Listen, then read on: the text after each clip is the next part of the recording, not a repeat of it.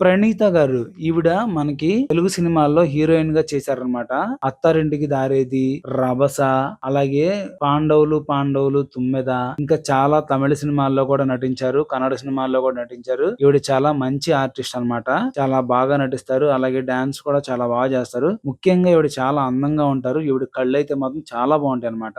అలాగే ఈవిడ చాలా షోస్ లో కూడా చేశారు. మన 'ఢీ' షోలో కూడా యాంకర్ గా చేశారన్నమాట. అలాగా ఈవిడ మన తెలుగు రాష్ట్రాల్లో అలాగే కర్ణాటకలో, తమిళనాడులో కూడా బాగా ఫేమస్. అయితే ఈవిడ ఇంత బాగా ఫేమస్ అయ్యారు. అలాగే ఈవిడకి సోషల్ మీడియా ప్లాట్ఫామ్స్ లో చాలా మంది ఫాలోవర్స్ ఉన్నారనమాట. అలాగా ఈవిడ ఒక పెద్ద ఇన్ఫ్లుయెన్సర్ గా కూడా పేరు తెచ్చుకున్నారు. పైగా ఈవిడ సోషల్ మీడియాలో ఎప్పుడు యాక్టివ్ గా ఉంటారు. ఆవిడ ఏ దేశం వెళ్ళినా, లేదంటే ఏ ప్రోగ్రామ్ కి వెళ్ళినా, ఏదన్నా షాపింగ్ మాల్ ఓపెనింగ్ కి వెళ్ళినా, లేదంటే ఇంకేదన్నా షోకి వెళ్ళినా, ఏదన్నా సినిమాలు నటిస్తున్నా ఇలాగా అన్ని అప్డేట్స్ కూడా ఇస్తా సోషల్ మీడియాలో చాలా యాక్టివ్ గా ఉంటారు అనమాట. ఇప్పుడు కూడా రోజు చాలా యాక్టివ్ గా ఉంటారు. అయితే ఈవిడ మీద ఈ మధ్య పంజాగుట్ట పోలీస్ స్టేషన్ లో ఒక కేసు నమోదైందనమాట.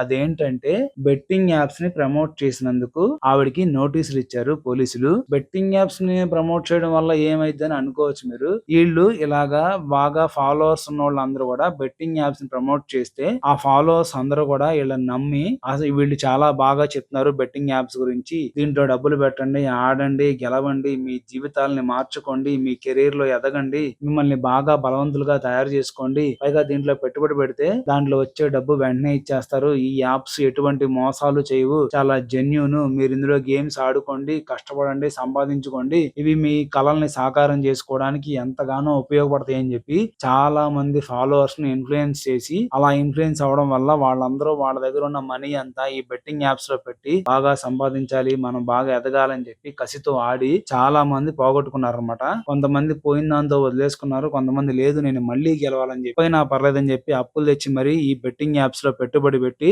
మొత్తాన్ని పోగొట్టుకుని చాలా దయనీయమైన స్థితిలో ఎవరు సహాయం చేసేవారు లేక అప్పుల బాధలు ఎక్కువైపోయి చాలా మంది ఆత్మహత్య చేసుకుని చనిపోతా ఉన్నారన్నమాట. ఈ మధ్య తెలుగు రాష్ట్రాల్లో జరుగుతున్న ఆత్మహత్యల్లో చాలా వరకు బెట్టింగ్ యాప్స్ వల్ల జరిగినాయి అనమాట.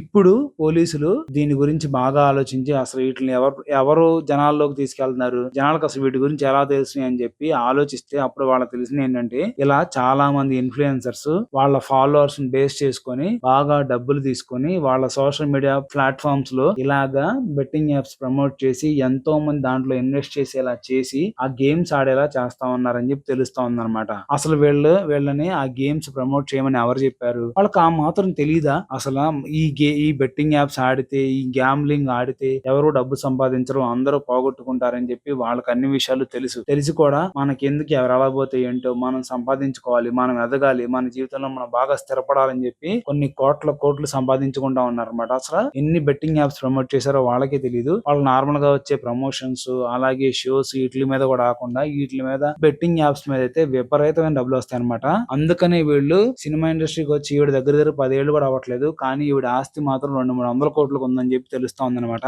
అంటే ఆవిడ ఇలాంటి ఎన్ని తప్పుడు పనులు చేయకపోతే ఇలాగ సంపాదిస్తారు. ఒకసారి ఆలోచించండి. అసలు కనీసం కామన్ సెన్స్ ఉంటది కదా. మనం జనరల్ ఒక ప్యాకెట్ ఆడితేనే మనం గెలవలేమే, అలాంటిది ఇలాంటి బెట్టింగ్ యాప్స్ లో పెట్టుబడి పెడితే మనం గెలవగలం అసలు? అవన్నీ జరిగే పనులేనా? అలాంటిది మరి వాళ్ళకి ఇలాంటి ఆఫర్ వచ్చినప్పుడు అయ్యో నన్ను నమ్ముకొని ఎంతో మంది ఉన్నారు, నేను ఇలా చేయకూడదు, వాళ్ళు నా మాట మీద నన్ను నమ్మి ఎంతో పోగొట్టుకుంటారు అని చెప్పి తెలుసు కదా వాళ్ళకి. అవన్నీ తెలిసి కూడా వాళ్ళు ఎందుకు ఇలా చేశారంటే వాళ్ళు వాళ్ళ స్వార్థం మాత్రమే చూసుకున్నారు. మాకు డబ్బులు వస్తే చాలు, మేము ఎదిగితే చాలు, మేము బాగుంటే చాలు, మా జీవితాలు బాగుంటే చాలు, మాకు మంచి బంగ్లాలు, కార్లు, స్థలాలు, పొలాలు, వేసుకోవడానికి మంచి బట్టలు, అంతా లగ్జరీగా బతికితే చాలు, అలాగే మంచి మంచి ఊర్లకి దేశాలకి ట్రిప్లకి వెళ్ళాలి, అన్నిటికీ మాకు డబ్బులు కావాలి అంటే ఇలాంటివి చేస్తేనే వస్తాయి అని చెప్పి వాళ్ళు బాగా ఫిక్స్ అయిపోయి డబ్బుల కోసం ఎంత నీచానికైనా ఒడిగడతారనమాట. అందుకని వాళ్ళు ఇలా చేయగలరు. లేకపోతే పక్కవాడి గురించి ఆలోచించేవారు ఎవరు కూడా ఇలా చేయలేరు అనమాట. ఆవిడ హీరోయిన్ అయితే ఏంటి మనకెందుకు అవన్నీ, ఆవిడ ఏ స్థాయిలో ఉన్నా ఎలాంటి వృత్తిలో ఉన్నా సరే ఎదుటి వారిని అయితే బాధ పెట్టకూడదు అనమాట.